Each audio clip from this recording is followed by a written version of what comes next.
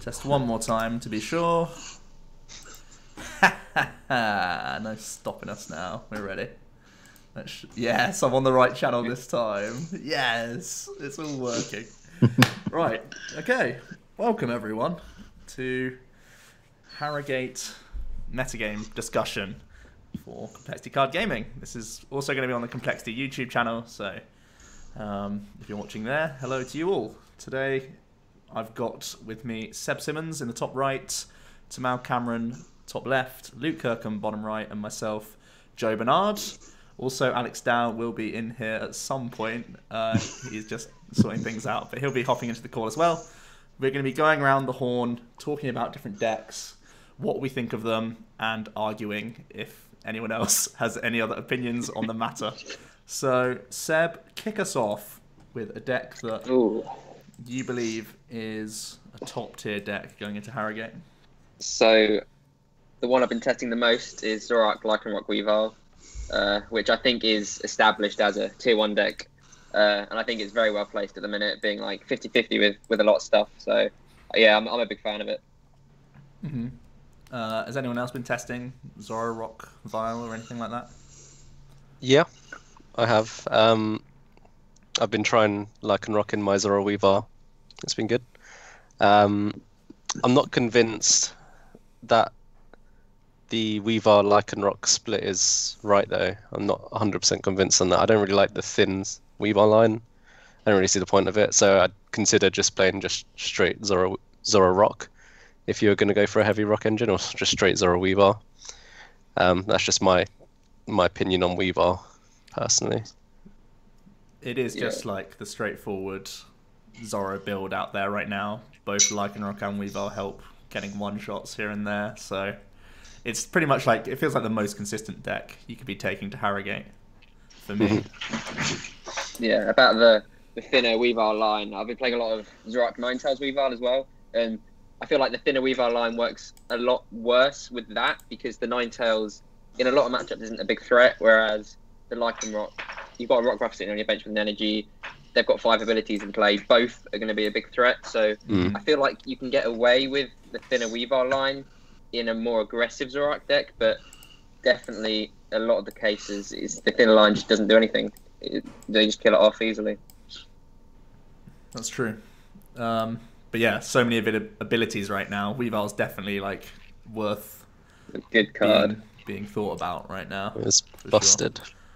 And Tamao's played it at Cup already and got a win with it, and also a top 8, so doing good. Losing to that guy there. I think I got my directions right. Yeah, you got him. You got him. I'll just introduce Alex as well. Alex, can you hear us all? Or is he just ghosting right now? Pretty sure he's joined the call. I'm always ghosting. There he is. He is the ghost. So chime in, Alex, whenever you've got something to mention. Actually, Alex, give us another deck that you think is a top tier contender at Harrogate. Well, that was great. Good input, Alex. Thanks for that. Don't then. Wait to go. Okay, I'll jump to Luke then. Can you hear me now? Yeah, I can hear you. Yeah.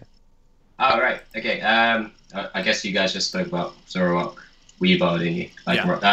Gardevoir. I mean, we've seen it perform. Obviously, with Jimmy winning the most recent regionals, and it's the only deck I've recently picked up as well. Having spent a few weeks not playing the game, it's one of those decks with just having a load of Ninetales in any form of Stage 2 deck gives you such great flexibility and just consistency in actually getting them out. And who doesn't like to have an overpowered trade in any form of the deck? So Gardevoir is, a Guardy Swampert, load of Ninetales, seems to be really, really good in the meta right now. I don't know what everyone else thinks of it at the moment, but like I said, I've played it in 2 cups very recently. Managed to somehow I didn't scrape in, but get 2 top 8s, and then sort of just fell over the final hurdle there. But it was, I think, even having not played the deck for too long, even though I made very small mistakes, I think you're bailed out a lot by having such such good cards, like the Lola Ninetales, like Swampert, and then you can sort of, those little misplays that you could make are just sort of very easily sort of swept under the rug, and you still just overpower so many different decks. That's true. What's the scariest matchup you think for Guardi at the moment? I think the deck we just touched upon, anything that plays a fairly heavy Weavile line, often when it's 1 or 2, you can actually deal with them fairly well. Especially like Alolan Ninetales, if you play it smart, you can often get a Guzma onto a Sneasel, and then set up the second Weavile on the bench. So then it makes them puts them into really awkward situations. So anything Weavile. The Cephalon, I think, is quite safe. But, you know, there's turns where they just get too sort of really aggressive and they sort of go ahead really quickly. And if you can't really respond or have your board set up in the right way, that's a bit of an issue. But I think it's got a quite diverse matchup against quite a lot of the different decks, to be honest. Yeah, it's so big. It's just so big and it's so hard when it actually gets to that turn 3, turn 4 state. You can just pretty much start rolling anything, especially if Swampert stays on the board. I think last format you had Buzzrock sort of come in and really sort of knock Gardevoir down, because at one point Gardevoir was literally just running through the format. It was just, whether it was with Zoroark, Octillery, whatever, it was just so powerful, and the ability and the attack is in the bubble is just crazy good. And I think a lot of people had written it off coming to this format. Obviously Ninetales gives you that extra dimension of consistency it's been lacking for a long time, but I think it's a really strong deck, and it's something that people definitely need to be wary of and think about coming to this weekend. Yeah, certainly popular. Yeah. Go on. The only thing I'd say about it is, the reason why I'm not a huge fan of the deck is I often find that you can't get too many attackers down. So a lot of the times you may end up, your turn 1 board might just have 1 Routes down or 1 Cosmog down. Mm-hmm. And if it gets picked off, then you're stuck with all the draw engine in the world, all the Ninetales search ability in the world, and no actual attackers. Yeah.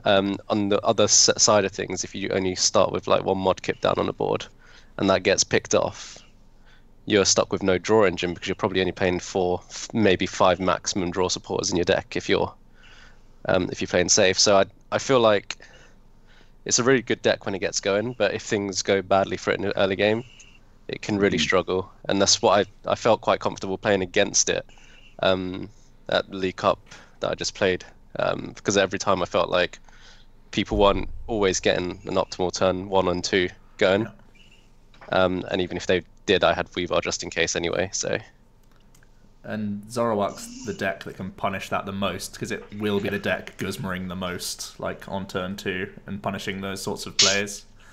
And but going first, that deck is like, so many decks just are so important on going first now, just because of how many evolutions are in the format. Let's talk about the other Ninetales deck. Oh, go on. I was just going to say, as someone who's played it now, what is the optimal turn 1 if you're Almin? What 3 do you get? Because like Tamao said, you can be put in a situation where you don't have a draw engine or you don't have any attackers. So if you were Almin, what would you get? You start Lele, unfortunately, in your Alm. What you get? Of course. Well, that's really bad for you. Yeah, it really does vary depending on what you're facing up against. So if I know, for example, if I'm going up against someone like Blacephalon, who, other than GXing, can't take a prize, can't take a knockout, then 1 of each, it's obviously pretty optimal. So I mean, especially if you're going first, it's very unlikely that they find a way of KOing you. More often than not, I always end up getting 1 of each. If I start one of them, I always get 1 of each, and I end up getting the Ditto a lot of the time. Yeah. And if they can't knock out any one of even if they knock out the Alolan Vulpix, you've got Ditto for the Alolan Ninetales. It's not really too much of an issue. But if they can't knock anything out, the Ditto instantly becomes one of the stage 1s I have in my deck. So I'll go for that Marshtomp. I'll go for the Curlier in my deck as well, just to have that ready in case they ever do target one specific Pokemon down. Well, that's the ideal sort of situations, but it does tend to vary a lot against different matchups. Yeah. But ideally, you always want to make sure you have the Ninetales. So if you're leading Vulpix, you get a Ditto or another Vulpix. And more often than not, you have to just make sure you get those rare candies going. Just quickly, are you concerned at all that a lot of people are looking towards cards like Judge to try and stifle those sorts of setups? Is it a concern for you going into the tournament if you were to play Gardevoir or other like Ninetales based lists? I don't think it's too bad. I still think Judge, yes, it's the only sort of disruptor in sort of the format, but you still get 5 cards. And more often than not, that's still enough for you to potentially get an Ultra Ball, a Lele, something to give you that one out. The list that I played something similar to what Jimmy had won with, so you still had that one Lily. And more often than not, I was quite happy to turn one for Lily, using Lele as well. If I was judged turn 1, for example, purely because you have the other outs of hitting the other Ultra Balls, you've got your Brooklets, you play so many Pokemon, you're likely to get 1 or 2 down as well, and it didn't feel too bad. I just think there's enough outs that you can get out of a Judge pretty well from 5 points. That's fair. Let's scoot on over to the other Ninetales deck, I guess. One of the other top contenders of the format, Zoroark Decidueye Ninetales. It's one that I've tested loads, and I think it's amazing. I think it's just really strong. I love having the Zoroark backup rather than a Swampert backup, because you're drawing less cards, but you're getting them pretty much every game. And he's the attacker as well. So I think the deck just has such nice flexible damage. The Ninetales is flexible in addition to the Decidueye, which lets you really punish other evolving decks, because sometimes you can knock out like their Ditto and their Vulpix in the same turn, stuff like that. And I think that's just really oppressive in the format right now. So let me get your guys' thoughts on Zoro Decidueye. Yeah, I think it's like Zoroark is just a crazy good card in any deck, in any format, and anyway, as Seb will attest to, as someone who likes Zoroark. I think Decidueye, when it first came out, it sort of dominated the format again for a little while. It won a couple of regionals. It was really top tier, and it seemed to go off the radar a bit. I think again, sort of Buzzrock with strong energy back then sort of stifled it, just stopped it setting up, and then taking big hit KOs with strong energies and B-strings and things sort of knocked it down. But I think it's a really strong archetype, and Ninetales again just gives that extra consistency for getting your stage 2 set up. We are a bit unfortunate that we're in a format of timer ball, which games can be won and lost on these coin flips, and I think that is not great for the game. We don't like talking about timer ball. I think Pokemon communication coming out may have an influence on the factor, which is a good thing in that respect. But until then, myself personally, I won't be testing any stage 2 decks, because I'll flip tails all day and then I'll just be crying to everyone, and no one wants that. I'm also a big fan of the deck. I think the controlling aspect of it is really huge. You have your draw engine with the Ninetales and the Zoroark, which is just lovely.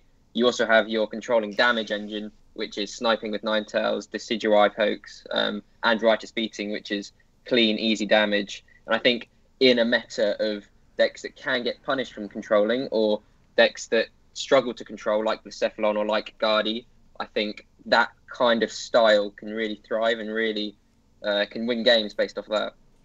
Yeah. I love the counter gain as well. It's such a big card for the deck. It really does give you some great comeback potential, especially when the deck wants to try and, in certain matchups, like jump B-string, so it's happy to be behind like 3 prizes a lot of the time. Just getting that value on the Ninetales is insane. In terms of bad matchups, do you guys think it's Gardevoir matchups okay? Because personally, I've gone to a Solgaleo line to try and make it closer. But I think Gardevoir on paper isn't the easiest, especially if you go second. Yeah. I had a chance to play against it in Swiss with Guardi against that matchup. I actually, if you also play a Yveltal EX, or GX, sorry. Please don't bring it up. I think it's busted. I think it just kills my... I was playing a matchup, and it just ruined me. It's definitely busted. It improves the Gardevoir, exactly. That's the only matchup that improves, in my opinion. Exactly, and that's... So I had to face against that, and that hurt. That hurt bad. Yeah. I think that because of that card, it made the matchup fully favoured for That's interesting. that deck. Because typically, when I don't play the Solgaleo, I basically just don't attach any energy cards to my guys, and I'm just feather arrowing around for like 3 turns, just sort of trying to max potion off, GX back, max potions and Acerolas, force them to commit with Gardevoirs, and then like when I'm finally in range, I can start swinging and attaching energy cards. But if you go second, you basically just can't attach energy with the deck, I feel, because you'll just get completely rammed through with Guardies. I feel like without Solgaleo as well, and first of all, I don't think Zoro Decidueye puts down enough pressure on Guardy deck to stop it getting set up, and so you know, Guardy's going to get set up and put pressure back on you. Without Solgaleo, of course, like your Ninetales are just easy pickings for their Solgaleos. So I feel like I quite like your build where you have the Solgaleo as an out as well, so that they don't just get an easy 2 prizes off a Ninetales at any time with their own DC Solgaleo. Yeah. So I definitely like Solgaleo. I don't know if I like 202. No, Madman. it is it's a lot of spaces, and I might be worse off in mirrors as well because I can't ping as much, especially if I prize 1 or whatever. But at the same time, the Solgaleo can kill their Ninetales and stuff, so I don't know. It's just what worked for me. But I'm a fan of Solgaleo in the deck. I think it's a really good card just in the format right now. Yeah. And when you're playing Ninetales, it justifies, you know, Gardevoir's at least justified it as a 101. And I think the Decidueye could do the same. So that pretty much for me covers the top decks other than Blacephalon. Does anyone want to talk about Blacephalon quickly? Not played a game of it. I own one. Don't own any. 0. Obviously, I think it's a deck here that none of us have really tested or played. So the in-depth, great detail answers we're not going to be able to answer you from a playing perspective. But obviously, understanding the deck and what it does, I think it's really strong. And me as a Buzz player, I'm really quite sad at how good the deck is. Buzz decks just can't consistently beat it. And I think Blacephalon will be one of the 2 most popular decks on the day because its strategy is quite linear and straightforward. It just attaches energy, beast rings at the right times, and smashes. It's basically just Hulk smash deck. And I think it's because it's quite linear, a lot of people who's perhaps less experienced and newer to the game can pick up and play it and still do reasonably well. Because it's a deck that's fairly quick to learn. I think it has a lot of good matchups, especially if you play some energy switches. It can now beat mill decks, which obviously were a bit of an issue for it before, if the mill deck played correctly. So I think it's really strong in the meta, and it's something that you definitely need to understand how to play against it going into this weekend. I think its own sort of statistics really does it huge justice. It's got 19 placements in top 32 or higher since LATAM, so basically in the entire Lost Thunder format. And the second most top cuts is like Zoro Rock and Zoro Desi Tails, and they both have 9. So it's like cutting by far more than any other deck in top 32. It's got the most championship points as well by like a 500-point margin as well. So the deck has ridiculous stats behind it. Why do you think, just quickly, anecdotally, why are none of us playing it? If we know it's the best deck in stats, why are none of us taking it? I feel like you have no actual say in whether you win the games or not when I'm playing it. Like, whenever I'm playing against it, I just feel, are you going to hit the beast rings? Okay, you hit the beast rings, well played. And it's just the same. It's the same playing it as well. In my head, I don't see how I'm ever controlling the game other than I'm just saying smack, smack, smack every turn. Whereas I feel like with almost every other top deck in the format, I have a say. I have a say in what's going to happen during the game. I can do things differently to influence the outcome. I just don't get that feeling with Blacephalon. Just looking at the deck and having played against it and just imagined how I'd play it. So that's personally why I never really felt the need to play it. Also, I just can't afford Blacephalon, so there's that as well. And I'm not borrowing Blacephalons off anyone because none of you guys have it. I have one. I have one. We can't even build a deck. We're halfway there. So Halfway there. Seb will have some. I've got none. he's got none. Oh my god. Oh my goodness. Oh well. but we all expect it to that. be popular and Yeah. obviously very strong. So I'll just open the floor now to anyone who wants to jump in first. Any other deck that you've got your eye on, you're concerned about, you think will be like a hidden good play for this weekend, something like that? I think for me, everyone who knows me knows that this season I've sort of decided I want to take it a bit more seriously, and I've sort of stuck to one deck, learned the matchups in each format, and really gone with it. And that's Buzzwole GX focus decks. However, I don't think it's well placed as it should have been or could have been, because I think Blacephalon really does keep it in check. I've tried playing very indifferent forms of Buzzwole in this format, and I just struggle to beat Blacephalon with any kind of Buzzwole deck. They just outtrade you. Have a non-GX that can one-shot your GX and your non-GX attacker. It's just a real struggle. So I'm a bit of a conundrum because I've had not much time, so I was going to commit to Buzz, but I just don't know if it's right now. It's Buzz is in that weird spot where as long as people play Zoroark, it's always worth considering. Yeah. And there are lots of evolving decks in the format right now. Buzzwole is one of the best decks at putting turn 1 pressure on by finding... Well, Lycia's been creeping into all sorts of Buzz lists for exactly Beast Energy for that early pressure. Yeah. And that's always a temptation to bring it in. There's also just the fear of lots of non-GX stuff like Gramble, Lost March, even the Malamar decks are still around. Gascan can play a non-GX game against you, obviously, because of type coverage, and that's always a bit of a concern as well. So there are some grey areas for it. One good thing for us is, at least, when Lost Thunder first came out, everyone was expecting a load of Eggs / Sceptile to do well because of Japanese tournaments. And that was an early reason to not play Buzzwole, but that's sort of not really come to fruition.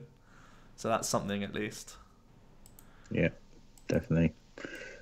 I mean, it's something... Oh, sorry, go ahead. No, carry on. I mean, like, having picked it up alongside Luke in Offenbach and Frankfurt, it's a deck that I can very comfortably, but quite easily go back to and feel quite comfortable in certain matchups because, like you mentioned, the Zoroarks and the sort of many stage 2 decks that are around. Before the most recent regional, I believe it done quite well. Just before that as well, with a sort of Buzz Rock Tails list. Yeah, it did well at the IC. I haven't. That's how much I paid attention, unfortunately. But yeah, I do. It does still have its merits. I guess in my view, it's quite similar to Blacephalon in the fact that it's a big hitter, uses Beast Rings to sort of really, in its own way, control the game. And in that mindset, I think we've had Benji say this to us multiple times. If we're playing Buzzwole, why aren't we playing Blacephalon instead? Mm-hmm. And that kind of message really sort of rings home a little bit. And that's why, although I still consider it, it's on the lower parts of my list right now, I guess. Sure. But I still think it's super strong. I mean, I still think Lycanrock's busted. Having that gusting ability is great. Tails makes it the possibility to get the Beast Rings and get generally set up with anything you want. And then if you try other builds, there's other different ways of building it as well, which gives it a bit more unique factor to it as well. Sure. Right, someone hit me with another deck. I do want to talk about Gascan. Yeah, cool. Yeah, it's a deck I've been testing, and it's been doing really well, actually. It's been getting top cuts all over the place. I think Trimeco is a really good card right now. And that, for me, makes the deck. And I really want to play it, but I'm struggling to get along with it, because it does have ugly hands and stuff. But I don't know, what does everyone think? I think it's a strange one. Sorry. Right. Go. You say it comes out with ugly hands. Like, our mindset of Malamar, of being able to play Treasures, Ultra Balls, is the fact that it should have so many good cards for it to be drawing so well, and etc. etc. And that's why I think a lot of players, like for example Adam Hawkins, will always fall back to it, because he draws well with it anyway, but he always has, he feels comfortable with that kind of draw engine and that kind of way of playing. I think it's a really good deck. I'm interested to see whether Gascan does better or whether the Ultra and the Crossbow version does better. In terms of a Malamar deck, I think both have its merits, but I do think Giratina gives it a lot more. Also, another way of sort of controlling your opponent's game as well, which is really cool, and that's why I currently like it. But yeah, go ahead and let you guys. I keep jumping in.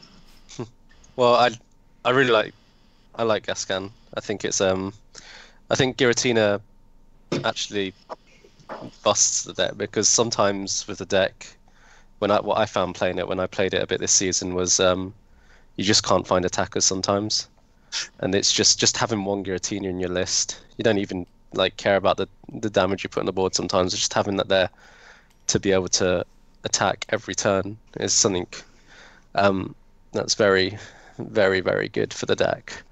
Otherwise, it seems to just have decent matchups. It has big one-hit KO potential. It has weakness on Zoroark. There's no reason why it can't do well.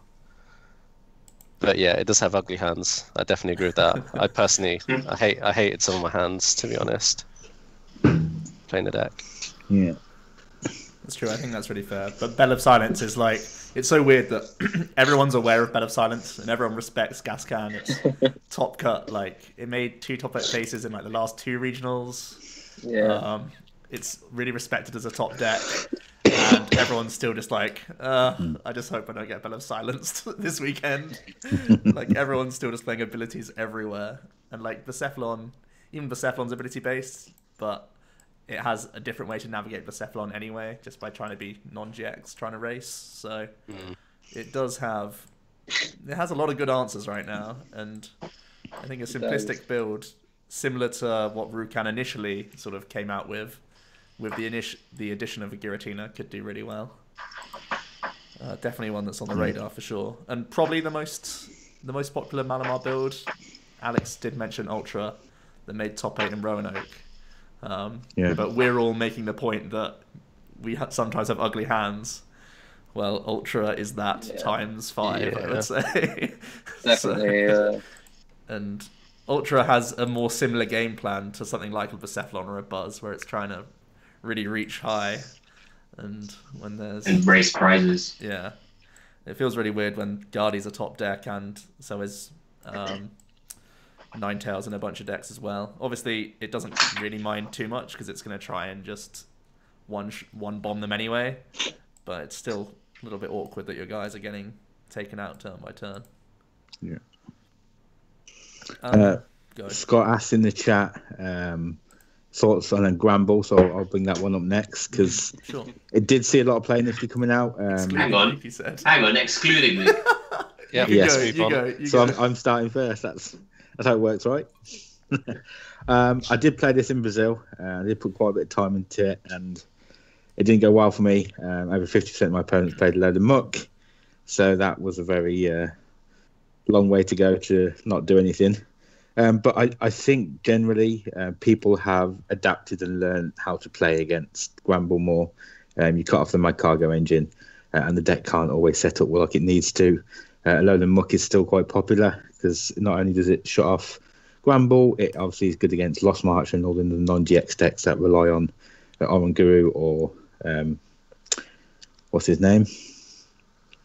Let Loose. Marshadow, sorry. Mine went blank there. And Marshadow and things like that. So it shuts them off. And also the Shuckle decks that we're hearing whispers of, it shuts that off as well, load and muck. So I think Gramble for me would definitely not even consider it now. I think it was good early on and I liked it and I put a lot of time in, but I think the format has changed to the point where people know how to deal with it. Yeah, it is one of those decks where knowing how to play against it will win or lose you the matchup. And I do think I did test it for Brazil a lot, and I think Brazil was probably the best tournament for it. It did well. People underestimated it, and I think now, like Luke said, it's, you know, there's more muck and there's more knowledge of how to play against it, which it's still a strong deck. It's still going to be played and do well, but I think Brazil was the time to play it. That's really interesting. It got the top 2 seeds in Brisbane, so it's not just a one-trick pony, I think. I think, obviously, we're all probably just saying Muck's a big problem. So I think, as ugly as it is, a Zebra line is probably going to go in the deck if you're going to try and do well. Another cool tech card could be the Wobbuffet from Lost Thunder to stop people using Ditto, so then they can't get into Muck in a lot of these decks, because basically no one's playing Grimer.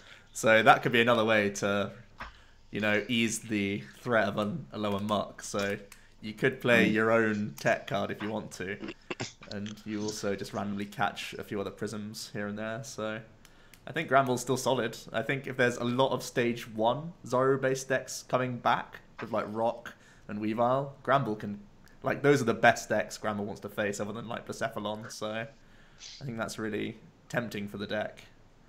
The scary factor is that Solgaleo might also come back into prevalence because of Gardevoir. Like people playing it in Guardy, but also people trying to beat Guardy by playing lol metal, like that sort of mentality. Yeah. So that's a little bit scary for it. But the Wob could clown on the people trying to counter you, and they lose a bench space as well, which is really good. Obviously you do, but I just frantically search for it and trying to find out what it does. it stops Prism Star Stops Pokemon prisms. having abilities and attacks. Thanks, guys. I think Granville's not the worst play, just because if you are adept with a deck, it can just stream a lot of good damage a lot of the time. But yeah, obviously people are just inserting Muck because it covers so much. One of the decks we did talk about it covering was Mill. No one wants to talk about it. No one wants to see it at the tournament. So if we go around the room, first of all, just say what are your answers to Mill. You don't need to necessarily say what your deck is, but how are you going to try and answer Mill, or are you just trying to duck, dodge, dip, and dive Mill for this event? Alex, you go. So I was playing Guardy, so I had Solgaleo, which is a nice answer, and you've also got Infinite Force, or not Infinite Force, Twilight. Right, yeah. That's the one. But how do you get through Hoopers? Yeah. I mean. Yeah, you've got Swampert. You've got some answers to Just things. 80 is not enough. We'll work on it. Yeah, ow! Okay, so Alex is dodging. Yeah, 100% dodging. I've given up. I just don't want to see it. Alex is trying to Twilight for that tie and hope that they don't have Unknown Hand in their list, I guess. Seb, have you thought about that? I'm also dodging. I don't know. I feel like I like a Rangaroo for Mill because it's good versus other stuff. Stuff like Unknown Hand is like literally only going to be used versus Mill, and I feel like you could be a bit more versatile with it. Although Unknown Hand is much more reliable. But yeah, I've always been one to kind of dodge Mill instead of tech against it. So yeah, I just don't want to see it. Okay. Tamao, I know you have tech for Mill before. Yeah, Cup. and I didn't play against it, so there's just no point, is there? Really? Yeah. I'm not against Tekken for it, but I also don't think Mill's good. I don't think Mill's ever going to win the event, personally. I don't think Mill's going to get top 8. So, like, it loses to like good Blacephalon lists that can deal with it, depending on what kind of Mill you're playing. Loses to Gas Can. Like, that's another reason why Gas Can's like a nice safe pick, because you don't have that auto loss. It loses to getting judged and just drawing bad hands. Loses to itself. I just don't think that it can ever make an impact on an event, and like 1 or 2 might make top 32. I'm sure Sander will, and he'll have something. A cool new take on Mill that will obviously nobody will be able to prepare for, which is like the biggest reason why he does well, and it's really cool to see. But I'm probably not teching for Mill. Okay. Avoid. Quickly, are we, when you say Mill, do we mean how Sander had this argument that it was wall, I mean stall, sure. Still, Okay. yeah. You technically do Mill cards by using Mars. Sure. But the premise is stalling or walling behind things. Fine. Also. You know what I'm talking about. Yeah, just clarifying. Passing your turn. That's what I'm talking about. Sander attacked with Steelix. He did. Okay. Go for it, Luke. Felt the force of that once. It was great. I think whatever deck I play, I'm going to play a judge or two. I think the deck relies on Lusamine loops so badly that a well-timed judge or an early judge before they've got a board state set up and things in the discard to reuse with Lusamine really does hurt the deck. And I think if you can judge early, and then if you may play a second or a let loose or something, and again at a late game, perhaps when you've taken a couple of prizes and they're starting to get set up to try and disrupt them, I think it really does hurt the deck. I unfortunately played against it in a cup up in Wakefield the other week, and I won games 1 and 3 because I judged turn 1 and they just could never stabilise. I was playing Buzzwole, which inherently should be a bad matchup against that kind of stall deck, but I judged turn 1 in games 1 and 3, and he never stabilised, never got set up, and I managed to run through him. I think if I remember correctly, he was playing the stage 1 build, right? He was playing the Steelix. Yeah. That one definitely feels like it's so weird. The Shuckle Hooper super weak to Muck, and the evolving one is even more weak to Judge. So he has even more jank and chances to whiff, and then you've just got 120 hit point Pokemon that can just get hit through with anything. Yeah. So it's a really scary play, and a lot of time as well, the win condition of these mill decks, especially if a Muck comes down, it's like, oh man, okay, I guess I gust up the Muck, and then I can't bench anything, and just hope that they're not teching a Switch or a Rainbow Acerola combo or something like that. Like, it's so scary to just sit there and be like, oh, I hope this works for 12 turns or like 20 turns or however many turns. Yeah. There's not much you can do if you can't. You've wasted 45 minutes, and if you lose one game, you've lost the series. And that's another reason why the judge is so horrible, because you lose a game and you've either tied or lost that series because you have no time to try and win 2 games, that's for sure. Definitely. Let's throw another non-GX deck into the hat, Lost March. Obviously, there's the blatant fear of Zoro Desi Tails. But for me, that's the only bad matchup for this deck. It is fast, powerful, has lots of its own Marshallows to try and disrupt people's early game, and can just outrace a lot of things. What do you guys think about it? I'll go first. This one I went last time.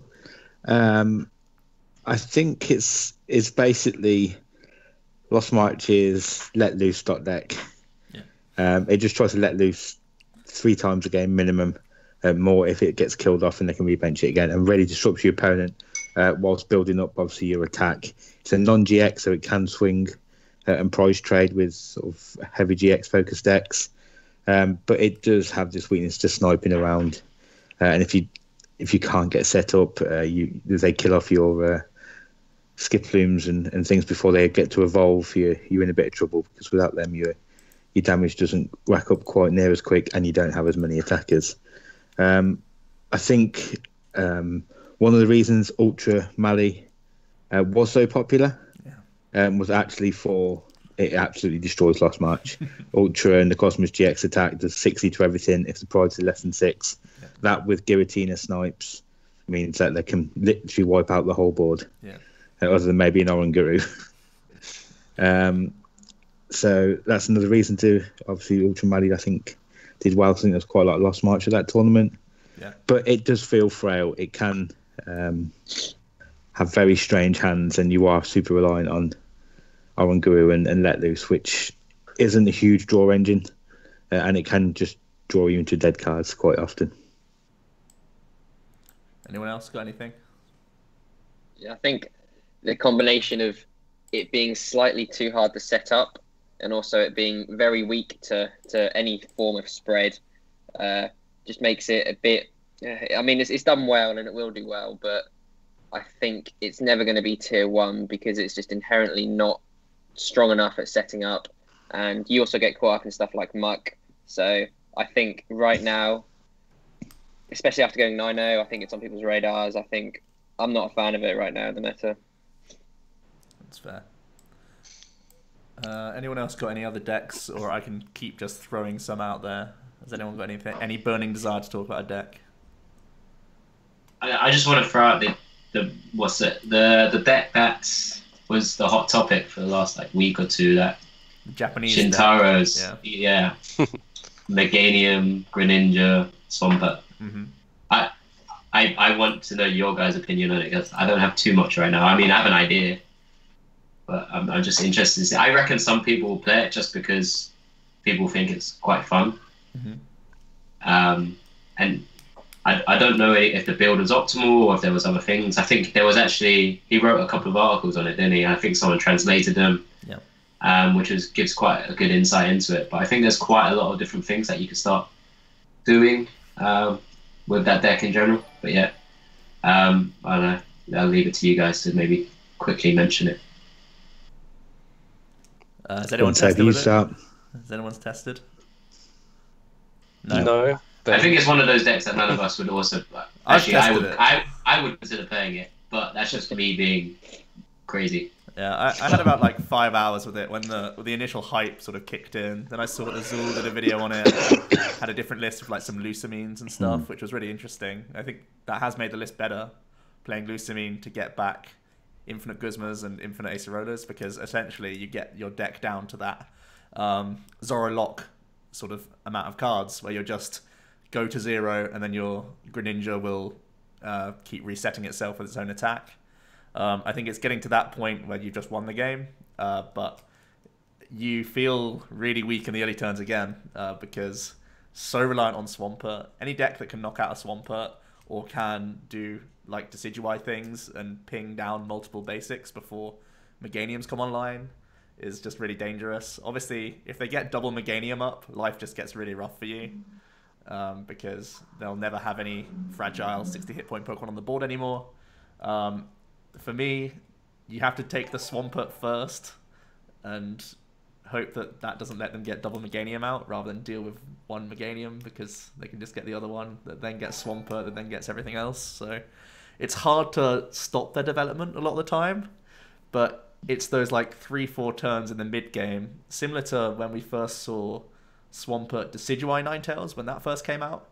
Because it only played like 7 energy cards, it wasn't really attacking or doing much outside of just announcing Feather Arrow 3 times.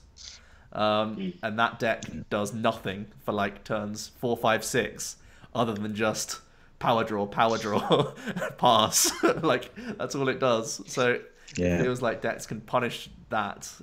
It feels like Zoro Rock has a big knockout with a Lycanroc and probably a big knockout with Weavile if it plays a 1-1 line. So Weavile's punishing for it. I feel Decidueye can punish it in the early game. And I feel like Blacephalon, even though it's a deck chock full of water stuff, it's only 1 energy and they still have to wait a lot of turns to get into that big old loop.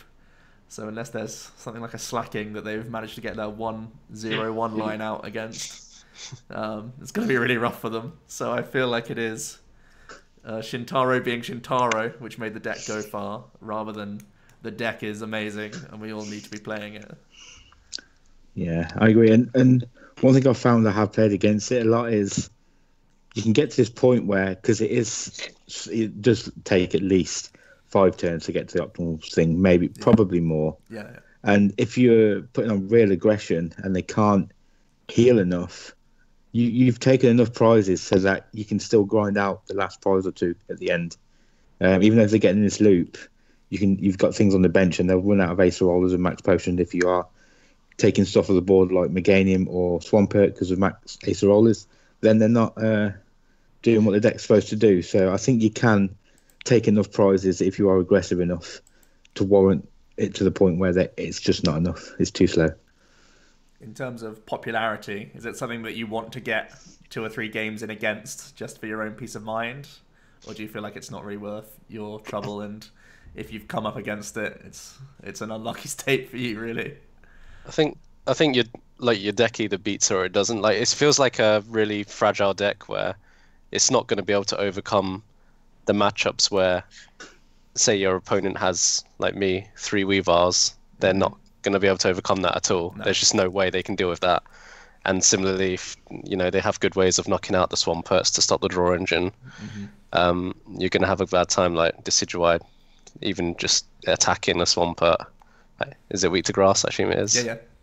Yeah. So I don't know if your deck has a good win condition against it, I'd play 1 or 2 games against it just to make sure that you make the most of that good matchup. But if your deck can't deal with it, your deck can't deal with it. You probably won't play against it on the day, to be totally honest. Yeah, that's true. And someone made a really good point in chat that a big part of its meta-call was that it has an insane matchup against another new Japanese deck, which is the Zapdos Jirachi thing. So that's also a really good point made there. Let me bring Solgaleo into the mix. Solgaleo Swampert, basically the same engine as Guardi, trying to just hit for weakness. I guess we can talk about Metagross in the same vein. Metagross and Solgaleo both can beat the mill decks and has really good Guardi, and both of them now sporting a Ninetales package can get lots of stage 2s up, lots of heal cards, lots of headache. What do we think? Is that a deck that's going to do well this weekend, either of them? I think it has potential. It's kind of just a testament to how good of a card Ninetales is. I think the fact that these things genuinely become really viable and consistent, which is a big part. But it's got potential, and I think if built right, tested right, can do really well. But personally, I haven't messed around with it too much, so I'm not in a good position to say. But I think just the Ninetales just opens it up so much. It's ridiculous. So those 2 cards synergize so well with each other, like both Solgaleos, and then Swampert giving it draw. Sounds really good in theory, but that's the issue. Like, they synergize so well with each other, you have to get them both out, and then have a backup as well. Yeah. At all times, and you consistently need to have the two combo, and you pretty much always have to like weave in the attack with the energy recharge again. The turbo strike. You have to always weave that in every other turn, so you're not just taking big KOs every single turn with that deck. So in theory it sounds great, and they work really well together, but I just feel like a lot of the times you don't really want to be turbo strike. Like, the turbo strike will just be a wasted turn, and you'll be 2-hitting something, or they'll be like healing it and trying to deal with your big guy with energies at the same time. So if it also has like frailties as well that make it not so good. You need a lot more setup with like that kind of deck than you do with, say, like a Gardevoir, for example, which just can attack for 1 energy, and it's fine doing that. Sure. Yeah. I took like double Solgaleo Swampert deck to a cup down in Eastbourne and did terrible with it. That was when I played the Metal Energies, but I've been testing on the ladder a lot with just a pure Fair Energy build and using Xerneas Prism Star as an additional attacker and going like weaving in those turbo strikes but attacking with the Ninetales to finish stuff off and set up stuff on the bench. That's been working a lot better for me.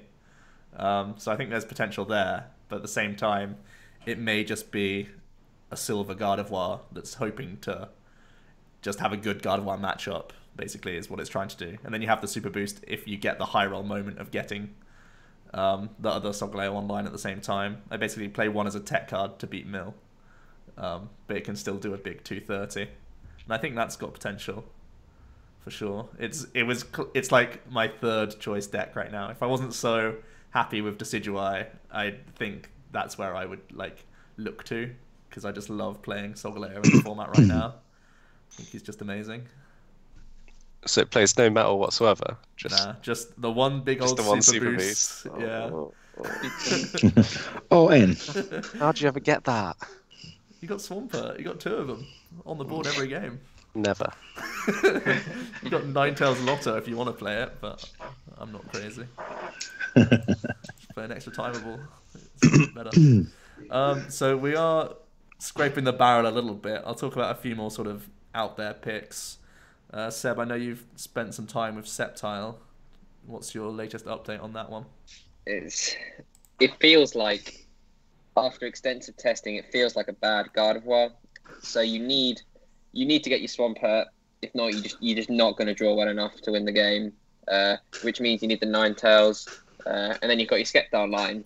And at that point, I feel like I would rather be playing Gardevoir, because it's hard to get your Sceptile's much slower. You're reliant on the Grovyle abilities, and that can get punished really easily. I think in theory it's really, really good, the baby Sceptile, it's a good card right now, but I just think it's not. It's just a bad Gardevoir.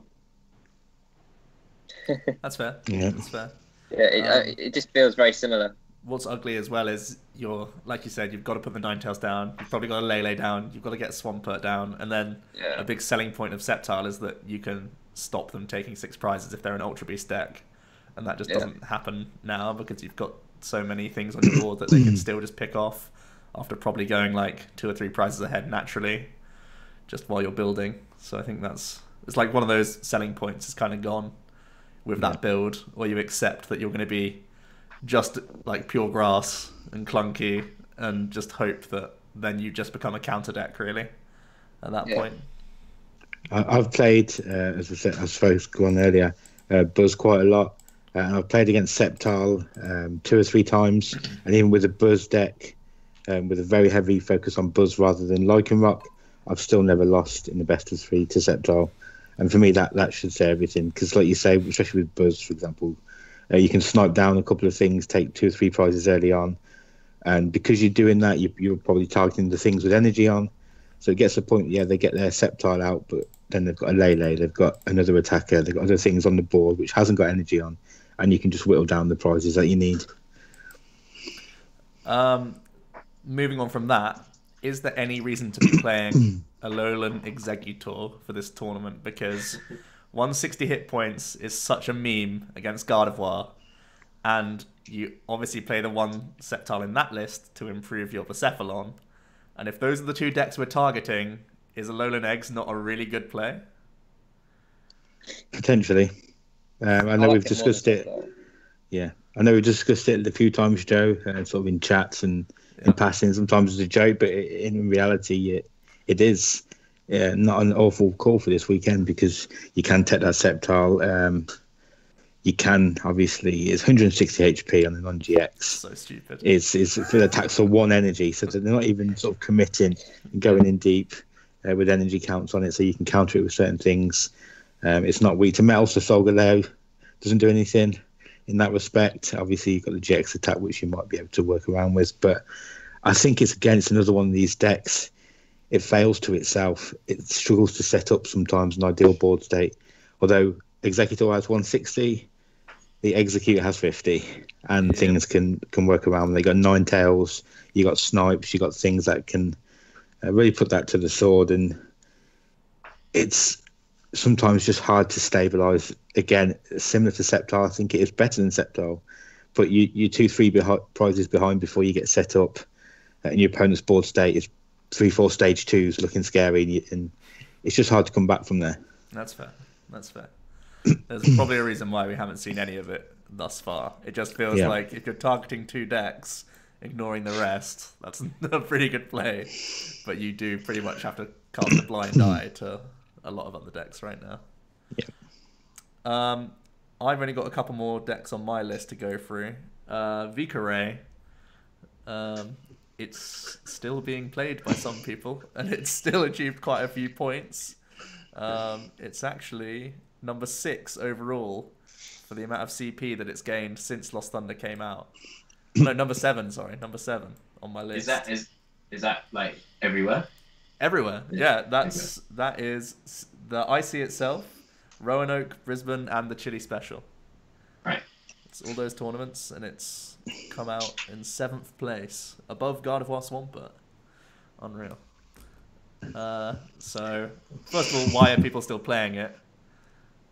And 2, why maybe should people consider it as, one of the top 10 decks potentially in the meta? Or is it not? I actually had it all built and everything for 1 cup, so I have come close to playing it in this format. The only thing that put me off was Gardevoir, really. Like, I kept on trying to think of a game plan in my head to try and win the matchup, because against quite a lot of the other things in the format, I feel like it actually fares quite well against other stuff that you want to be targeting as well. So I quite like the Ninetales in it as well. Okay. I quite like playing Ninetales in it as well, just to give it like the extra bit of consistency. But again, it just has no Gardevoir matchup really. It can have if you have an incredible start and they don't, then it can have a Gardevoir matchup, but then you're just hoping that they draw bad more than anything else. Yeah. And that's not really a game plan. So unless you're against Mill, so I don't really rate it in that sense, because I think you'll play two Gardevoirs or so. Then you've got all the pressures on the rest of your matchups and having to win them. Has a good Mill matchup.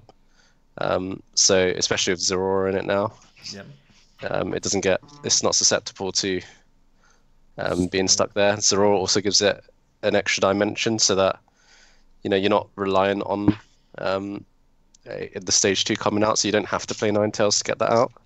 You can always do other things. So it feels less fragile than it was before, which is probably why people are playing it, and people have invested a lot of money into it, so they want to make it worth it at the same time as well. That's fair. Like me, and got them and still haven't played them, but came close. Same boat. Yeah, me too. Yeah. Bought them when they came second and didn't play it at all. I actually think it's, other than Guardy, I think a lot of the other top tier, like Tamao touched on, it's very favourable against it. It's got no real auto loss. I think people initially saw Ninetales and thought, Ninetales, it's the death of Rayquaza. But I actually think that heavy Ninetales focus, unless it's in Guardy, which is already the bad matchup anyway, is actually not that bad to deal with, because if you can rush them down, they can't attach 2 energy a turn. And at that point, you're just taking KOs. And if they're counter gaining, then they're not having a choice band, so they're not one-shotting you anyway.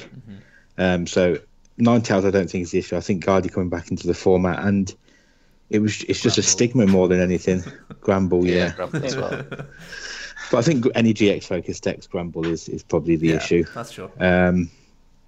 But I think it's actually a bit of a sleeper pick for this weekend. I think we could see a bit more of it than people are expecting or anticipating. Because if you're playing 9 rounds and you're seeing 2 Guardy and you can beat the other things, that's not a bad record to take take into day 2. So I think it's an awful deck, and I wouldn't be surprised to play against it this weekend. And the card that I've sung praises in the deck forever is still what I'll say. Wishful Baton, busted card right now. Blowers at a 1 or 0 count, absolutely perfect in Ray deck.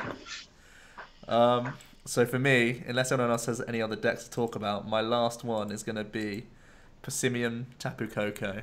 Zora's on the rise, lots of spread doing stuff. Shrine, one of the only Shrine decks that we have outside of like Gramble. It's still sneaking in and around tournaments, getting a good amount of CP. Can it just again be similar to a Buzzsaw, just trying to Grinch down Zoroark decks, and similar to that effect, just shrining, getting stuff in range for knockouts, or is it a bit of an awkward play as well? Has anyone here tested it or played any of it? I know, Joe, you will have tested a few games. Joe's played everything. Yeah. Anyone else? I like spread in general, and that kind of deck to also have the opportunity to one-hit big things like Zoroarks, especially us Europeans and our metagame. Zoroark's still going to be massive. It's just a thing with us, because who doesn't like to draw cards? Who doesn't like seeing Tord draw cards, etc. And yeah, Persimmon will be, I think, is quite a pretty good card to actually, be. I think that's a bit of a sleeper for me, in my opinion. I do, although we've seen a lot of Zoroarks and other decks like Guardy play Max Potions and other cards like that to sort of counter these kind of spread things as well.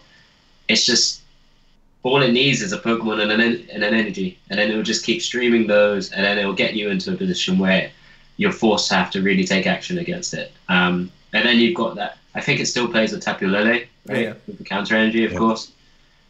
I mean, that just the fact that everyone knows if you're playing against Coco and Persimmon or Coco spread decks, you've got to have it in the back of your mind, and that's in their deck, and you have to always have that as a focus, and that will put a lot of people off in their game plans because it would just take away what's going on in front of them, and then they have to deal with this, they have to deal with a couple of other things, and it's just not that easy of a streamlined match against it. I still think Carl Peters is like Poison Barbs, a Viper could still do things as well. I think it's just annoying to get around, but of course you've got like Shuckle, who also potentially uses Poison Barb and I don't know, other things, I don't know. But spread seems fun. I really like spread, and I really like Tapu Lele. It's a bit of a headache to move the damage counters around, but it's so fun to play. Your opponent never trusts you. When it finally comes to that turn, you tell them, okay, so if I take all the dice, I've got 540 here, okay? Just trust me on that. Can we both agree on that? And I'll put them wherever I want, okay? Is that all right? Yeah, I've done that before. And someone sort of like flipped a dice and then changed another dice at the same time for every individual counter. I was like, just don't do that, please. Just do I do one by one just to make sure that I'm not doing anything wrong. Just count up all the dice. Can we all just agree that now? Count up all the dice. I can't count that high. Yeah. I think the deck, we've spoken a bit about Gardevoir and Solgaleo GX, a new one. I think this deck, unfortunately, gets caught a bit in the crosshairs of those two decks sort of battling towards the top. Solgaleo's GX attack really can wipe out about 6 turns if it's timed right. And then they've just literally done nothing. So I think it does get caught a bit in the crosshairs of Solgaleo GX. Again, it struggles with consistent draw engine, so the deck can sometimes just draw out. It has got Zebra. But the deck is super reliant on its energies. Yeah. And if they have to discard a couple with Zebra, then they could just lose from that. That's true. We've lost Zeb. He's had enough. Do I get promoted to one of the squares? I'm trying to click you in. Let me drag you in. I was quite happy to be a little bobblehead. You're an I saw you laughing away at yourself. I timed up perfectly with the stream. I was having a great time. He like wobbled his head, and as soon as he wobbled his head on stream, he started cracking up. So just before we close out, just a quick thing. A cool thing Persimmon can do is play counter gain and get a black grey out of nowhere as well. That was a really cool thing that I saw. Jeremy Jallin was testing in Brazil, actually. And he very much caught me off guard by doing a lot of damage with that all in one turn. It's like the big finisher of the Malamar spread deck, and the fact that you can counter gain that is absolutely nuts. But you're right, Luke. Solgaleo creeping into Guardi is a problem. I faced a Weavile deck when I was playing Solgaleo in Zoro Desi. The deck is all abilities, and it was still quite the fine matchup just because of prominence after 2 big spreads or whatever. So that's the big concern for the deck. But otherwise, like, again, it's just preying on good old Zoroark and also having like a pretty good Blacephalon. You need to do like 2 spreads and then all your Persimmons are smacking. It feels really fine. So let me just add Seb for the last like sign off. Oh no, I've lost everyone. Have I? Seb, I only got you now. Oh no. What's happened? I don't believe this. Right. I'm leaving this call quickly. Hold on. Oh no, we got so far. Yeah, hasn't he? There we go. I was betrayed by Seb. Okay, I'm back. I'm getting Seb in for the last 2 minutes. Oh, we almost made it. Okay. Right. What a mess. Technology 987, Jove 2. Oh dear, it's getting a lot of points today on me. It is. I think that's everything. I can't think of any other decks we want to talk about. I'll give chat a chance to ask a couple of questions before we go. Try and answer a few things here. Gramble versus big hit point decks like Guardian, Solgaleo. Yeah, those are some of the worst matchups for the deck for sure. Solgaleo in particular. We do talk about Ultra Necrozma a little bit, but we pretty much both. We all prefer more aggressive, like other aggressive options out there. What else have we got people asking about? Safest pick for the weekend? Safest pick for the weekend. Ooh. That's hard. I'd say Blacephalon. Yeah, I'd say Blacephalon as well. Boring pick for the weekend as well. Boring pick for the weekend. But it's probably the best deck. And there's no real, like, if you want to tech for bad matchups you can. You can play Ditto Muck to help like Gramble, which is a bad matchup. You can tech for mill if you want to. You can play Bands, which improves like your Gardevoir. So you can play Choice Helmets if you want to improve your Decidueye Ninetales. And your Mirror. Oh, busted. It's got all the answers if you want to commit 1 or 2 spaces to it. Right. Just realised on Twitch I'm 2 screens. Oh yeah, because Seb's not here. I can move that out of the way. Oh, Seb is here? Seb is Oh, here. but not There in. he is. I was covering you up with down number 2. Okay. Oh dear. So, I guess that's going to be it for our first CCG meta discussion on the channel, which is great. Well done, guys. Thanks for sticking around. Cheers for the guys in chat for joining in. And yeah, that'll be it from us. Come say hey to us in Harrogate. Ask how we're doing, what we're playing, anything else you want.